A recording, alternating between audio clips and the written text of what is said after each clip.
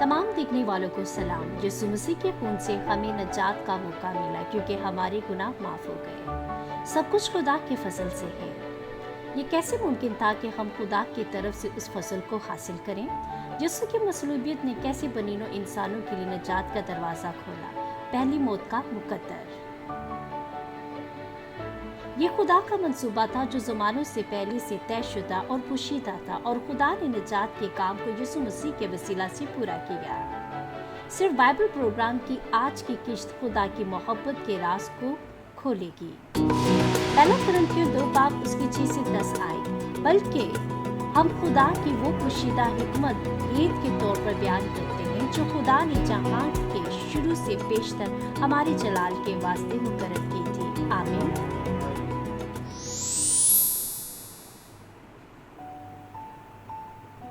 وقت شروع ہونے سے پہلے خدا جانتا تھا کہ آدم نافرمانی کرے گا۔ اس نافرمانی کی وجہ سے تمام بنینوں انسان موت کے راستے پر چل پڑے۔ اپنی گہری حکمت میں خدا نے نجات کا راستہ پہلے سے طے کیا اور اسے صحیح وقت تک خفیہ رکھا۔ اگر علم موجود ہوتا تو دشمن شیطان انسانوں کی نجات کے منصوبے میں رکاوٹ ڈالنے کے لیے راستہ تلاش کر لیتا تاکہ آدم سے حاصل کردہ تمام اختیار کو کھو نہ دے۔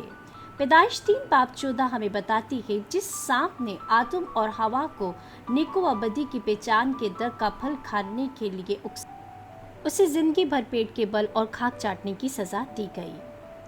خدا نے کہا کہ عورت کی نسل سانپ کے سر کو کچل دے گی اور سانپ اس کی ایڑی پر کاٹے گا۔ شیطان جانتا تھا کہ عورت کی نسل سے یسوع پیدا ہوگا اور سانپ کو کچل دے گا۔ یہی وجہ ہے کہ شیطان نے شریری بادشاہ ہیرودیس کو بیت لحم کے علاقہ کے آس پاس کے 2 سال اور اس سے کم عمر کے تمام لڑکوں کو مار ڈالا۔ یہ منصوبہ بچے یسوع کو قتل کرنے کے لیے تھا۔ خواب میں خداوند کے فرشتے نے یوسف کو ہدایت کی کہ بچے اور مریم کو لے کر مصر بھاگ جا۔ بادشاہ ہیرودیس کے مرنے کے بعد وہ اسرائیل کی سرزمین پر واپس آئے اور گلیل کے شہر ناصرت میں رہنے لگے۔ یسوع نے 30 سال کی عمر میں اپنی عوامی زندگی کو تیار کیا اور شروع کیا نجات دہندہ کے طور پر مشن کو پورا کرنا اور زندہ خدا کی گواہی دی۔ یسوع نے آسمان کے بادشاہ کی خوشخبری سنائی، بیماروں کو شفا دی، بدروحوں کو نکالا اور بہت سے لوگ اس کی پیروی کرتے تھے۔ اگر یسوع کو تباہ کر دیا جاتا تو دشمن ابلیس ہمیشہ کے لیے دنیا پر حکومت کرنے کی توقع رکھ لیتا۔ شیطان نے سردار کاہنوں اور فقیہوں اور فریسیوں کو یسوع کو قتل کرنے کے لیے ایک شیطانی منصوبہ بنانے کے لیے اکسایا۔ آخر میں یسوع کو کانٹوں کا تاج پہنایا گیا اور اس کے ہاتھ پاؤں صلیب پر کیلوں سے جکڑے گئے۔ اگرچہ یسوع جسمانی طور پر جو عورت کی نسل سے پیدا ہوا تھا مر گیا، اس میں خدا کا راز پوشیدہ تھا۔ آئیں پہلا کرنتھیوں کا 2 باب آیت 7 سے 8 کو دیکھیں۔ یہ بیان کرتی ہے، بلکہ ہم خدا کی وہ پوشیدہ حکمت بید کے طور پر بیان کرتے ہیں جو خدا نے جہاں کے شروع سے پیشتر ہمارے جلال کے واسطے مقرر کی تھی۔ اس جہاں کے سرداروں میں سے کسی نے نہ سمجھا، کیونکہ اگر سمجھتے تو جلال کے خداوند کو مصلوب نہ کرتے۔ زمانوں سے پہلے منصوبہ بندی کی گئی، خدا کے اکلوتے بیٹے یسوع کو بے قصور مصلوب کیا گیا تاکہ بنینوں انسان کے گناہوں کا مسئلہ حل ہو سکے اور نجات کا دروازہ کھولا گیا۔ خدا نے دانشمندی کے ساتھ انسانی نجات کے منصوبے کو خفیہ رکھا تھا تاکہ دشمن شیطان اور شیطان کی مداخلت کو روکا جا سکے۔ پھر کیسے یسوع کی مصلوبیت نے بنینوں انسان کی نجات کا راستہ بنایا جو پہلے ہمیشہ کی موت کے لیے مقدر تھی۔ خدا انصاف میں روحانی دنیا کے قوانین کے مطابق کام کرتا ہے۔ جس طرح کسی ملک کے قوانین ہوتے ہیں، اسی طرح روحانی دنیا کے بھی ہوتے ہیں۔ رومیو 6 باب اس کی 23 بیان کرتی ہے، روحانی قانون گناہ کی مزدوری موت ہے۔ یہ قانون واضح کرتا ہے کہ موت صرف گناہگاروں پر لاگو ہوتی ہے۔ جب بے عیب اور بے قصور اور بے گناہ یسوع کو دشمن شیطان کے اکسانے سے مصلوب کیا گیا تو اس نے روحانی دنیا کے قوانین کی خلاف ورزی کی۔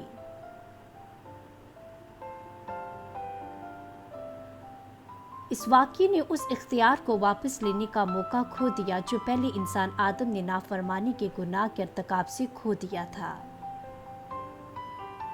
شیطان نے یسوع کو صلیب پر چڑھایا۔ اگر اسے خدا کا خفیہ منصوبہ معلوم ہو جاتا، رومیو 5 باب اس کے 18 سے پتہ چلتا ہے کہ غرض جیسے ایک گناہ کے سبب سے وہ فیصلہ ہوا جس کا نتیجہ سب آدمیوں کی سزا کا حکم تھا، ویسے ہی راست بازی کے ایک کام کے وسیلہ سے سب آدمیوں کو وہ نعمت ملی جس سے راست باز ٹھہر کر زندگی پائیں۔ جیسا کہ پہلے انسان آدم کے گناہ کے ذریعے تمام بنی نوع انسانوں کو موت آئی، اسی طرح بہت سے لوگوں نے یسوع مسیح کی راست بازی کے ذریعے حقیقی اور ابدی زندگی حاصل کی۔ یسوع تمام بنی نوع انسانوں کو گناہ سے بچانے کے لیے انسان بن کر اس زمین پر آیا۔ اسی لیے وہ آدم کی نسل سے نہیں تھا اور اس کے اندر کوئی گناہ نہیں پایا جاتا تھا، اور وہ دشمن شیطان کو شکست دینے کی طاقت رکھتا تھا۔ یسوع کی بھرپور محبت نے اسے بنی نوع انسان کے گناہوں کو اٹھانے اور مصلوب کرنے کے قابل بنایا۔ شیطان نے روحانی قوانین کی خلاف ورزی کی جب اس نے بدکار لوگوں کو بے گناہ یسوع کو صلیب پر چڑھانے کے لیے اکسایا۔ اسی کے ذریعے نجات کا راستہ اور خدا کا فرزند بننے کا حق ہر اس شخص کے لیے کھل گیا جو یہ مانتا ہے کہ یسوع مسیح نے موت پر فتح پائی اور تیسرے دن مردوں میں سے جی اٹھا۔ یہ خدا کا خفیہ منصوبہ ہے اور بے پناہ حکمت اور محبت جو زمانوں سے پہلے چھپی ہوئی ہے۔ تمام ناظرین کو یہ یاد رکھنا ضروری ہے کہ خدا کے فرزند بننے کے حق کا اس دنیا کی کسی چیز سے موازنہ نہیں کیا جا سکتا۔ یہاں تک کہ اگر آپ کسی ملک کے وارث ہیں تو خدا کے فرزند کی طاقت کتنی بڑی ہے جو انسانی تاریخ کے صدارت کرتا اور کائنات میں تمام حکمرانی کرتا ہے۔ چرچ میں ایسے مسیح ہیں جنہوں نے یسوع مسیح کو قبول کیا ہے اور روح القدس حاصل کیا ہے خدا کے فرزند کے طور پر۔ چرچ کے کچھ لوگ ہیں جو صرف چرچ میں آتے جاتے ہیں، وہ برائے نام مسیحی ہیں جو صرف چرچ جاتے ہیں لیکن ایمان نہیں رکھتے اور خدا کے فرزند کا اختیار اور برکت حاصل نہیں کر سکتے۔ جو مسیحیت پر عمل نہیں کر رکھے ہیں دنیا داروں سے مختلف نہیں ہیں۔ لہٰذا یہ ضروری ہے کہ آپ اپنا دل کھولیں اور یسوع مسیح کو خدا کے بیٹے کے طور پر قبول کریں۔ یوحنا 4 باب میں ایک سامری عورت کا یسوع کو اپنا نجات دہندہ تسلیم کرنے اور بہت سے دوسرے سامریوں کو خوشخبری سنانے کا ریکارڈ ہے جو یسوع پر ایمان لائے تھے۔ یسوع کے زمانے میں یہودیوں نے سامریوں کے ساتھ رفاقت نہیں کی اور سامریہ کے سرزمین میں داخل ہونے سے انکار کر دیا کیونکہ انہوں نے غیر قوموں سے شادی کی تھی۔ اگر سامریہ سے گزرنے کی ضرورت پیش آئی یہودی چاروں طرف چکر لگاتے، لیکن یسوع نے منسلک ہونے کی پرواہ نہیں کی۔ سامریہ کے شہر سوچار سے گزرتے ہوئے یسوع ایک کنویں کے پاس بیٹھ گیا اور ایک سامری عورت سے کہا جو پانی بھرنے آئی تھی اور اس سے کہا کہ مجھے پانی پلا۔ اسی زمانے میں اسرائیل سے آنے والے مسافر خط کی حالت کی وجہ سے ہمیشہ پانی لے جاتے تھے۔ یسوع اپنے شاگردوں کا انتظار کر رہا تھا جو اس شہر کے اندر گئے تھے۔ یسوع نے سامری عورت سے پانی کیوں مانگا؟ مکاشفہ 3 باب 20 میں لکھا ہے،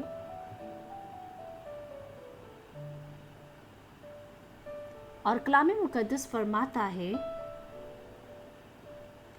دیکھ میں دروازے پر کھڑا ہو کھٹکھٹاتا ہوں، اگر کوئی میری آواز سن کر دروازہ کھولے گا تو میں اس کے پاس اندر جا کر اس کے ساتھ کھانا کھاؤں گا اور وہ میرے ساتھ۔